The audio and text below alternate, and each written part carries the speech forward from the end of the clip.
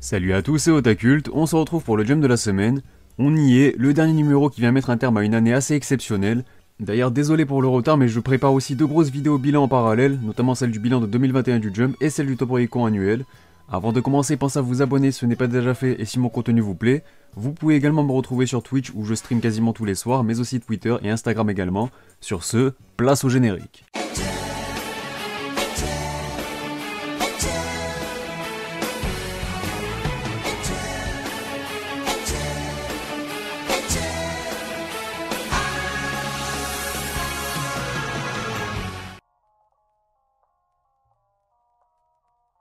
Tout d'abord, commençons par la partie hors classement. Comme prévu, cette semaine nous propose la dernière des nouveautés, et il s'agit d'Oron Dororon Dosukagen, une nouvelle série centrée sur le thème de l'exorcisme, donc sachant qu'on a déjà Jujutsu Kaisen dans le genre, ça va être difficile de se démarquer, son color spread est en tout cas très joli. Sinon les autres pages couleurs reviennent au second chapitre de la nouveauté Protect Me Shugumaru, une comédie qui n'a visiblement convaincu personne de ce que j'ai pu lire sur les réseaux et avec vos retours.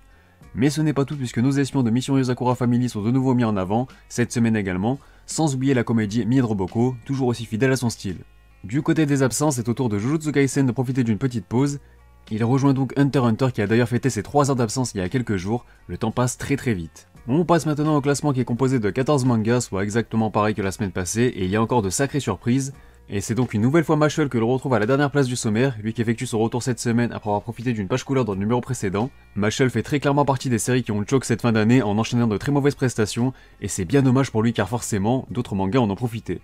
Il est devancé par le Heishi Ayakashi Triangle qui signe une 3ème présence consécutive dans la zone rouge, et le moins que l'on puisse dire c'est qu'il ne pouvait pas plus difficilement finir l'année. Un gars d'une unité qui ne change pas grand chose, son bilan annuel restera très moyen. Mauvaise nouvelle également pour le gag manga High School Family qui chute enfin dans les tréfonds du sommaire après cette perte de 5 rangs. Il vient ainsi compléter le trio de fin pour la 7ème fois de l'année seulement, j'ai envie de dire. Alors reste à voir s'il s'agit d'un léger coup de mou passager ou si cela signifie la fin de son immunité éditoriale. Cela se complique à mon sens déjà pour la nouveauté P6 qui recule encore dans le classement et se retrouve 11ème après ce déclin de 2 unités.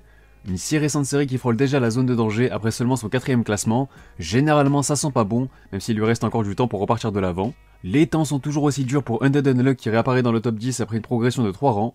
Son dernier classement résume finalement assez bien son année, très mitigée, moyenne et surtout loin d'être à la hauteur des attentes placées en lui. Il y a également un peu de mieux pour le Neketsu Black Clover qui remonte à la 9ème place après avoir lui aussi progressé de 3 échelons. Ce mois de novembre aura donc été assez terrible pour lui, voire même fatal, puisque je peux déjà vous dire que le manga n'est même pas dans le top 5 annuel. 8ème rang pour Magu-chan qui se redonne de l'air avec cette belle remontée de 3 étages. Il conclut lui aussi son année avec un classement qui la résume parfaitement, une série qu'on a souvent retrouvée dans le ventre mou avec quelques fulgurances assez rares et quelques apparitions dans les tréfonds du sommaire également. Retour de pause assez timide pour notre samouraï insaisissable puisqu'il devra se contenter de conserver son 7ème rang. The Elusive Samurai et Yusei Matsui pourraient presque regretter ce genre de performance assez modeste au final, car avec un peu plus de présence dans le top 3, voire même dans le top 5, ça aurait suffi à embellir sa moyenne annuelle qui est déjà très satisfaisante. Petite semaine pour Blue Box qui regagne le classement seulement à la 6ème place j'ai envie de dire. Je vous rappelle qu'il avait bénéficié d'une page couleur la semaine passée, rien à ajouter de plus si ce n'est de vous préciser qu'il s'agit déjà de la nouveauté la plus convaincante de l'année. On enchaîne avec le top 5 qui revient encore une fois à l'une des belles surprises de cette fin d'année, et je fais bien évidemment référence à Sakamoto Days qui conserve donc son territoire. C'est la 4ème fois consécutive qu'il se maintient au minimum dans le top 6, donc c'est assez fort. Il est malgré tout devancé par Dr Stone qui rate encore le podium bien que la science se maintient à la 4ème position, donc concrètement, la série n'est jamais très loin de ce fameux top 3.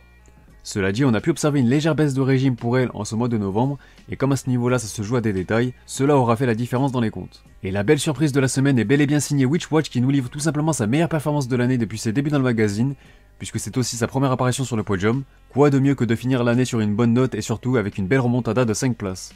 Léger déclin d'une unité pour One Piece qui devra cette fois-ci se contenter de la médaille d'argent. Le manga d'Eiichiro Oda s'est tout de même offert son 27ème podium de l'année, où il aura constamment été top 2 minimum, une régularité toujours aussi impressionnante. Et enfin, vous l'avez probablement déjà deviné, mais nos pirates favoris sont cette fois-ci devancés par My Hero Academia, avec qui ils échangent tout simplement leur place. Le manga de Kohei Horikoshi termine donc son année en allant chercher son 7ème top 1 de l'année, et devrait donc accessoirement conforter son excellente place annuelle. Sur ce, on enchaîne avec les informations concernant le Jump numéro 1, qui sera donc le premier numéro de 2022, puisque je vous rappelle que l'année est décalée d'1 mois pour le Jump, et comme l'année dernière, ce sera donc My Hero Academia qui profitera du lead color. Les autres pages couleurs reviendront au second chapitre de la nouveauté Doron Dororon, afin de bien lancer la série comme d'habitude. La série Magu-chan sera également récompensée par une nouvelle page couleur, tandis que le manga Undead Unluck en profitera à son tour. Black Clover sera quant à lui absent, le manga reprendra dans le numéro suivant.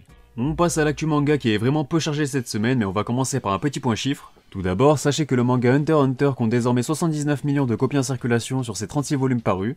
On a également appris que tous les tomes du manga Sakamoto Days seront réimprimés prochainement, ce qui est un facteur positif pour une série. Semi-bonne nouvelle pour Kanji Fleury, récente série annulée dans le magazine qui va tout de même bénéficier d'un chapitre spécial sur la plateforme Jump Plus le 4 décembre prochain. On reste donc dans cette continuité que j'avais relevée avec cette tendance à offrir de plus en plus d'épilogues aux séries arrêtées prématurément. Je vous annonce également que la série Blue Box fera la couverture du Jump Giga de cet hiver prévu le 24 décembre, une belle mise en avant pour notre petite romance sportive. On passe déjà aux sorties japonaises de la semaine et on peut dire qu'il y a du lourd, en commençant par la plus récente des séries avec le 3e et dernier tome de Kanji Fleury. Mais il faudra surtout surveiller la sortie du 3e volume du petit phénomène Dandadan, sans oublier le 5e tome d'un autre phénomène, Kaiju numéro 8. Vient ensuite le 9e tome de Mashle qui sera aussi de sortie, tout comme le 9e volume de Undead Unluck, donc j'aime beaucoup la cover pour une fois. Puis on n'oublie pas les deux cadors que sont Jujutsu Kaisen et son 18e tome, et surtout le 101e volume de One Piece qui est toujours aussi attendu. Et en bonus, voilà la couverture du 24e tome de World Trigger qui, je le rappelle, est désormais prépublié dans le Jump Square. Au niveau des sorties françaises de la semaine, vous pouvez retrouver le 23e tome de Yuna de la Pensée Yuragi chez Pika. Du côté de chez Kiun, c'est le coffret regroupant les 3 premiers volumes de Jujutsu Kaisen qui est proposé. Je n'oublie pas de mentionner la sortie du second volume de la comédie Teenage Renaissance chez Akata. On passe ensuite au 5e volume de Mission Isakura Family chez Kana, bien accompagné par le 11e volume de la Star Edition de Shaman King et surtout, du lancement de la Star Edition de Yu Yu Hakusho. Ces 2 premiers volumes sont donc enfin disponibles. Concernant Manga Plus, vous pouvez noter que le manga Kaiju numéro 8 totalise désormais 5 500 000 copies en circulation en seulement 5 volumes. Du côté de l'actu animé, pas grand chose à se mettre sous la dent, si ce n'est de vous informer que l'opening de Stone Ocean a déjà leaké. Je ne vais pas trop vous spoiler, mais il est absolument stratosphérique avec notamment le retour de la CGI déjà culte des premiers openings. On a aussi appris que Enrico Pucci sera interprété par le seiyuu Tomozaku Seki, la voix de Rob Lucci dans One Piece, pour vous donner une idée. Et enfin, on peut terminer en vous précisant qu'un trailer ainsi qu'un visuel clé seront dévoilés lors du panel. On passe au Top Shoseki de la semaine du 15 au 21 novembre 2021, soit la dernière semaine de l'année. On entame cette fois-ci ce top avec le 3e volume de Witch Watch qui a ajouté près de 4000 unités à son compteur, ayant tout juste franchi les 34 000 exemplaires vendus. Il est toujours devancé par le 4e tome de Sakamoto Days qui le distance toujours d'une bonne dizaine de milliers d'exemplaires près, puisqu'il totalise plus de 43 000 copies vendues. Et c'est au tour du 3e volume de The Elusive Samurai de quitter le top 50 Oricon, bien que la série de Yusei Matsui affiche encore une belle performance, quasiment 9000 copies écoulées cette semaine, qu'il ajoute à son compteur dépassant aisément la barre des 72 000 copies vendues. Et enfin on termine comme d'habitude avec le top Oricon concernant la même semaine, et on commence cette fois-ci avec le 23e tome de Dr Stone qui chute au 21e rang, 24 000 exemplaires vendus sur sa 3e semaine, ce qui lui permet de se rapprocher de la barre des 200K, il reste en retard sur son prédécesseur qui avait déjà dépassé ce stade avec 214 000 unités. Le tome 17 de Jujutsu Kaisen se maintient dans le top pour la 8e semaine consécutive. Il a ajouté près de 28 000 copies à son compteur toujours aussi dingue, même si encore une fois, il ne les affole plus autant qu'avant, parce qu'il a notamment plus de 200 000 copies de retard sur le tome 16. Et enfin, on termine encore ce top avec le 8e tome de Spy Family qui se maintient sur le podium avec une belle 3e place. Il a ajouté quasiment 80K à un total qui dépasse désormais les 610K. Il a lui aussi quasiment 200 000 copies de retard sur son prédécesseur, ce qui indique une large méforme de la série. Sur ce, la vidéo est terminée, n'hésitez pas à réagir sur celle-ci et sur le classement dans les commentaires. Mis à part ça, pour ça, vous abonner si ce n'est pas déjà fait pour ne pas manquer les prochains classements. Vous pouvez aussi me rejoindre sur Twitch, Twitter, Instagram et Discord, lien en description. Quant à moi, je vous dis à bientôt pour de prochaines vidéos, portez-vous bien et surtout, on se reverra.「